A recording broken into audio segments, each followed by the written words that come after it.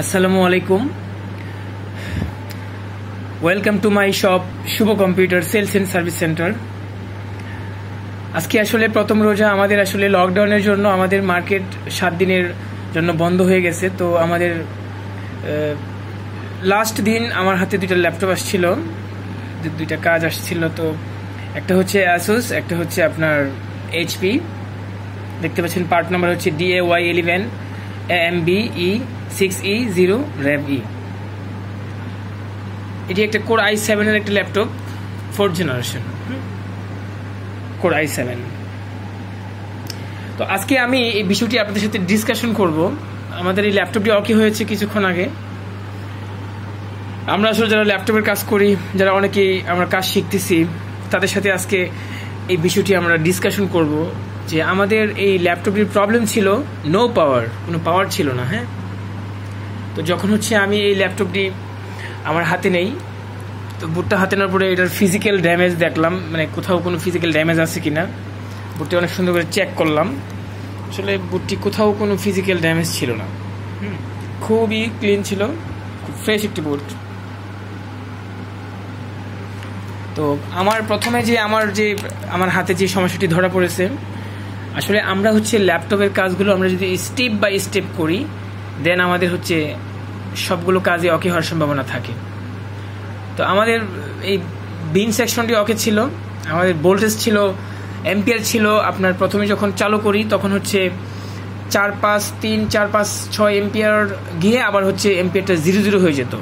But আমাদের যে charging যে লেড সুইচ এলইডি লাইটটা থাকতো, এটা ঠিকই থাকতো স্টিল।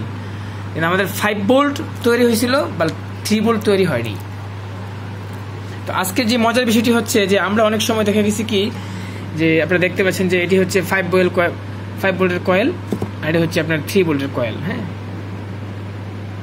তো আমরা অনেক সময় দেখা গেছি কি যে আমাদের 3 ভোল্ট 5 ভোল্ট যখন প্রবলেম থাকে তখন আমরা আইসি চেঞ্জ করে ফেলি, আমরা মোসফেট চেঞ্জ করি, আমরা হচ্ছে এই ক্যাপাসিটর চেঞ্জ করি।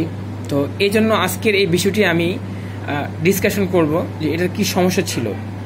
তো এটার পিডিএফ ছিল, আমাদের বিনা ফিক্সে ছিল, ফ্রি ভার্সন, ফ্রি অফ কস্টেও ছিল। তো আমি বিনা ফিক্স থেকে এটার যে ডায়াগ্রামটা আমি ডাউনলোড করেছি, করার পরে হচ্ছে দেখলাম যে আসলে 5 ভোল্ট ওকে আছে, কয়েলে ভোল্টেজ ছিল। বাট আমাদের যে 3 ভোল্ট ছিল, এই যে আমাদের যে 3 ভোল্ট ছিল, 3 ভোল্টের কয়েলে কোনো ভোল্টেজ ছিল না।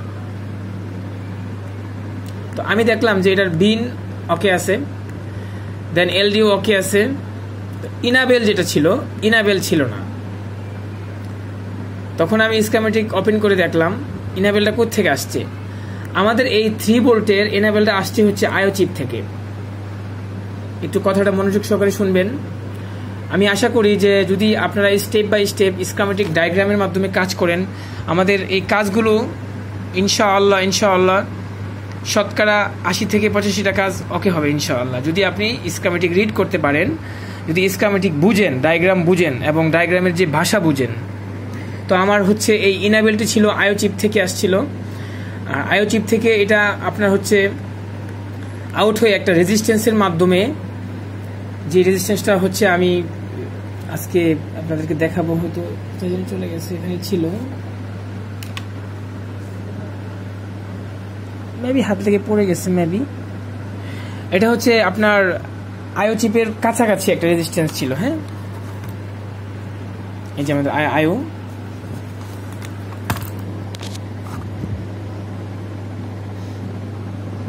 দেখতে পাচ্ছেন আইও চিপ।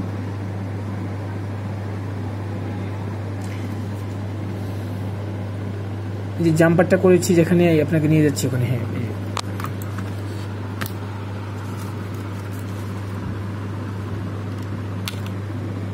এই যে আমার রেজিস্ট্যান্সটা, এই যে এটা আসলে আমি ডায়াগ্রামে পেয়েছি, মানে হচ্ছে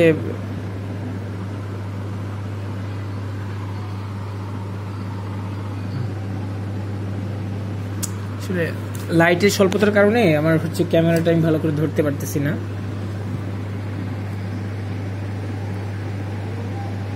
দেখতে পাচ্ছেন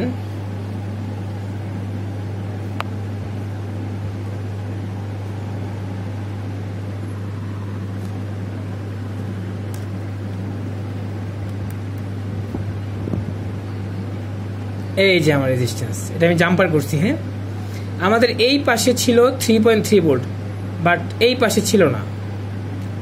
তো যখন আমি এই রেজিস্ট্যান্সটিকে যখন দেখলাম যে এক পাশে 3.3 ভোল্ট আছে, অন্য পাশে নাই, তখন আমি টুইজার দিয়ে জাম্পার করি। টুইজার দিয়ে জাম্পার করার পর আমার এম্পিয়ারটা 656-এ চলে আসছে। তখন আমি বুঝতে পারছি যে আমার এই রেজিস্ট্যান্স, আর আমি ডায়াগ্রামে স্পষ্ট দেখেছি যে এটা 228 নম্বর রেজিস্ট্যান্স আর 228। আপনারা যদি এটার স্কিমেটিকটা ডাউনলোড করে দেখেন যে আপনার S5 অন, যে S5 অনটা আসছে আইও চিপ থেকে বের হয়েছে 100 নম্বর পিন থেকে। এই আইও চিপের 100 নম্বর পিন থেকে আউট হয়েছে S5 অন।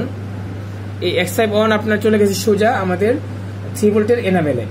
তো এখানে মাঝখানে রেজিস্ট্যান্স ছিল, 2-3টা রেজিস্ট্যান্স ছিল, তার মধ্যে হচ্ছে এটা হচ্ছে আপনার প্রথমেই পাস হইতে এই রেজিস্ট্যান্সটা এক পাশে 3.3 ভোল্ট ছিল, ওই পাশে 3.3 ভোল্ট ছিল না। আমি যখন জাম্পার করি তখন আমার বুটটি অন হয়ে গেছে। সো আমরা যদি যে কোনো কাজ আমরা করি, তখন হচ্ছে যে যদি আমরা স্কিমেটিক ডায়াগ্রাম ইউজ করি, দেন হচ্ছে আমরা সহজেই বুঝতে পারবো যে কোথায় সমস্যা, এবং যদি আমরা সুন্দরভাবে এই ডায়াগ্রামের ভাষা বুঝি, আমরা ট্রেসিং করতে পারবো পিন বাই পিন, কোন পিনে আমাদের আপনার ইনপুট ভোল্টেজগুলো আসতেছে, কোন পিনে আমাদের আউটপুট হচ্ছে, সব কিছু আমার স্কিমেটিক ডায়াগ্রামে দেওয়া থাকে। তো আমরা আজকে চেক করব যে আমাদের এই যে বুটটি অন হয় কিনা এবং আমাদের বুটটি এম্পিয়ার কত। তো আমরা হচ্ছে আমি নিজেই ভিডিওটি করতেছি, আমার কোনো লোক নেই আসলে, এই জন্য একটু টাইম লাগতেছে।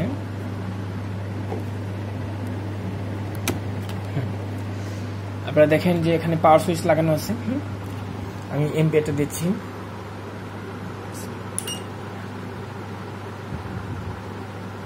হ্যাঁ, আমাদের এম্পিয়ার দেখেন 6 স্টিল আছে, মানে স্ট্যান্ড একদম আগে ছিল আমাদের 6 এসে চলে যেত, 6 এসে 5 4 3 0 হয়ে যেত। তো আমরা এখন পাওয়ার সুইচ অন করব, আমরা দেখব যে এম্পিয়ার কত লোড নাই। এই যে পাওয়ার সুইচ টিকার করতেছি, আমি টিকার দিলাম, বিসমিল্লাহ। এই যে দেখেন আমাদের বুটি চালু হয়ে গেছে। হ্যাঁ, 498 500 এম্পিয়ার, ফ্যান ঘুরতেছে, এই যে ফ্যান অলরেডি স্পিন করতেছে।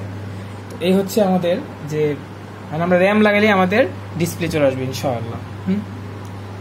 তো এই যে দেখেন আমাদের লাইট, পাওয়ার লাইট চলে আসছে। তো এই হচ্ছে আমাদের মানে এই যে আজকের যে বুটটি আমাদের রিপেয়ার হয়েছে। তো যদি আপনারা যারা আমাদের হচ্ছে শুভ কম্পিউটার থেকে কোর্স করতে চান, যারা ল্যাপটপের কাজ শিখতে চান, যারা নতুন কাজ শিখতেছেন, আমাদের ভিডিওগুলো দেখবেন, ইউটিউবের ভিডিওগুলো আমি হয়তো এই ভিডিওটা আপলোড করব আমার চ্যানেলে। তো কীভাবে আমাদের এই বুটগুলো আমরা রিপেয়ার করি, আমরা হচ্ছে প্র্যাকটিক্যালি, একদম প্র্যাকটিক্যালি হাতে কলমে এবং ডায়াগ্রাম রিড করে আমরা কাজ শেখাবো। হ্যাঁ, যদি আমার ভিডিওটি ভালো লেগে থাকে অবশ্যই আমার চ্যানেলটা সাবস্ক্রাইব করবেন। সবাইকে মাহে রমজানের শুভেচ্ছা। আজকে প্রথম রোজার দিন আমাদের কাজটা আলহামদুলিল্লাহ ওকে হয়েছে, আল্লাহর কাছে শুকরিয়া, লাখ লাখ শুকরিয়া। সবাই ভালো থাকবেন, সবাই রোজা রাখার চেষ্টা করবেন, নামাজ পড়বেন, ইনশাল্লাহ এই মহামারী করোনা থেকে যেন আল্লাহ আমাদেরকে হেফাজত করে, আমিন। ধন্যবাদ সবাইকে।